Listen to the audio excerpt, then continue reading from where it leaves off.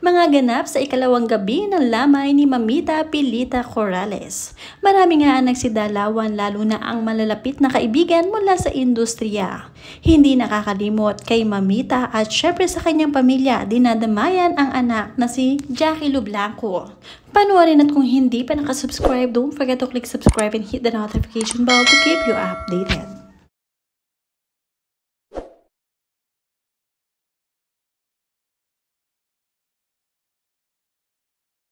Isinare na rin ng kanyang pamilya ang ilang detalye o schedule ng services sa kanyang lamay. Siya nga ay nakahimlay sa The Heritage Park, Fort Bonifacio, Taguig. Mula April 13, Sunday, family and friends ay viewing na from 1 to 11 p.m. May novena mass pa nga at 7 p.m. Mula naman sa darating na April 14, Monday, from 2 to 11 p.m. naman ang kanyang viewing. May novena mass pa rin ng 7 p.m. Sa April 15 naman sa Tuesday, family tribute naman ito. Ito ay from 2 to 11 p.m. Nagsidatingan na nga rin ang kanyang mga pamangkin sa kanyang burol.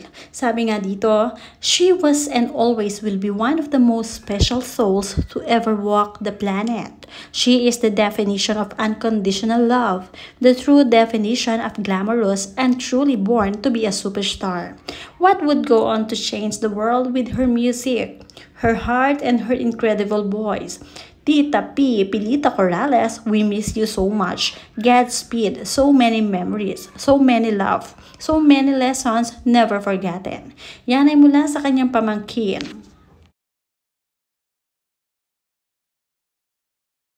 Nakakatuwa naman din ang nobyo ni Janine Gutierrez na si Jericho Rosales.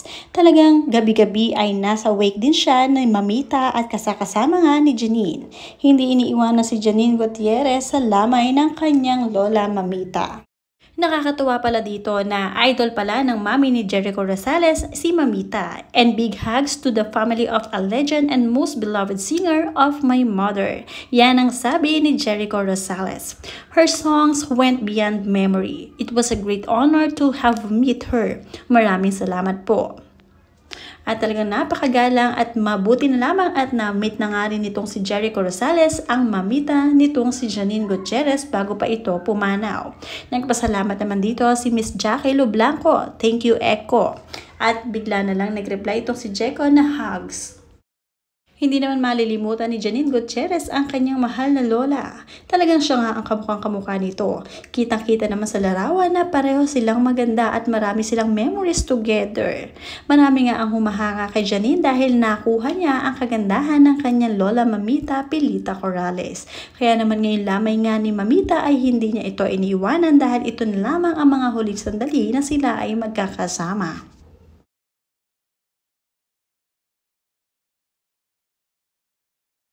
Ilan nga sa mga alaala ni Mamita ay talagang isinare nga nila sa publiko dahil nga talagang legend itong si Mamita. Kasama nga ni Mamita na kumakanta dito ang Asia songbird na si Regine Velasquez. Kasama rin si megastar Sharon Cuneta, talagang mga bigati.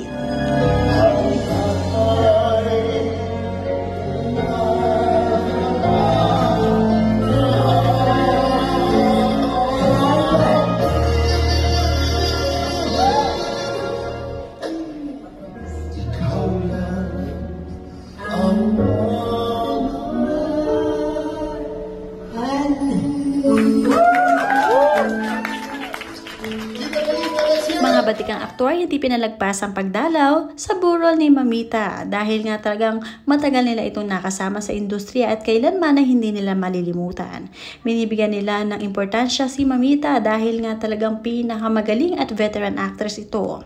Maraming memories ang naiwan pero talagang hindi nila malilimutan ang contribution ni Mamita pagdating sa mundo ng musika. Isa nga sa mga hindi makakalimot kay Mamita ay walang iba kundi si Kathy Babaw na talaga namang napakalapit sa kanya.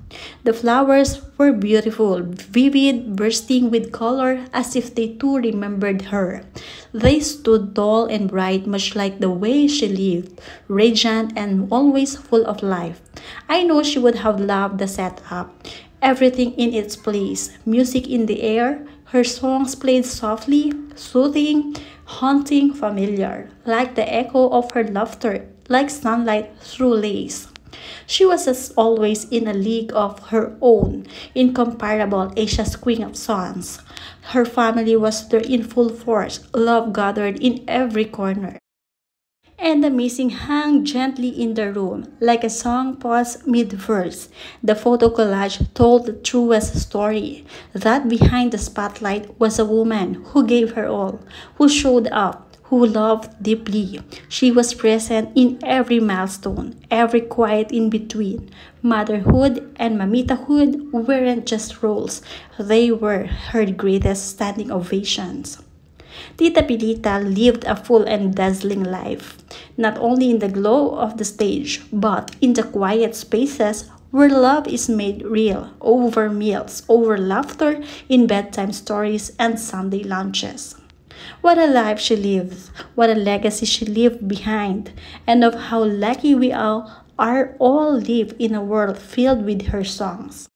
Isa nga ito sa mga memories ni Pilita Corrales na talagang hindi malilimutan. The way she sings, yung mga gesture ni Mamita Corrales tuwing siya ay kumakanta, talagang nariyan na at laging nariyan sa isip ng mga taong sumusuporta sa kanya.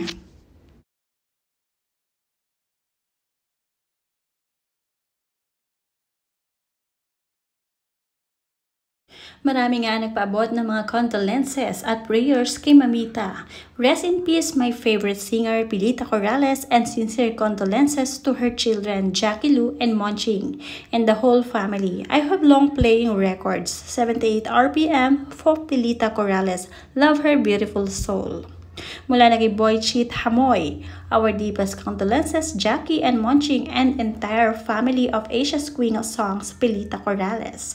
Mula naman kay Rachel Nidoy, may Miss Pilita Corrales rest in peace. Amen. Deepest sympathy to the whole family. What a beautiful way to go back to the Almighty. Thank you for your songs. Rest in eternal peace, prayers, and sympathy to the bereaved loved ones. Mula naman kay Hermie Guerra, condolence and prayer for the bereaved family, R.I.P. Miss Pilita Corrales. My heartfelt condolences to the whole family. Rest in peace, Miss Pilita Corrales, our pride of Bantayan Island. Mula yan kay Daisy Mansueto. Mula naman kay Mona Lagdameo, my heartfelt condolences to Jackie Lou and Monching and family. May she rest in God's peace and company, and may God comfort and console your family in this time of grief and loss.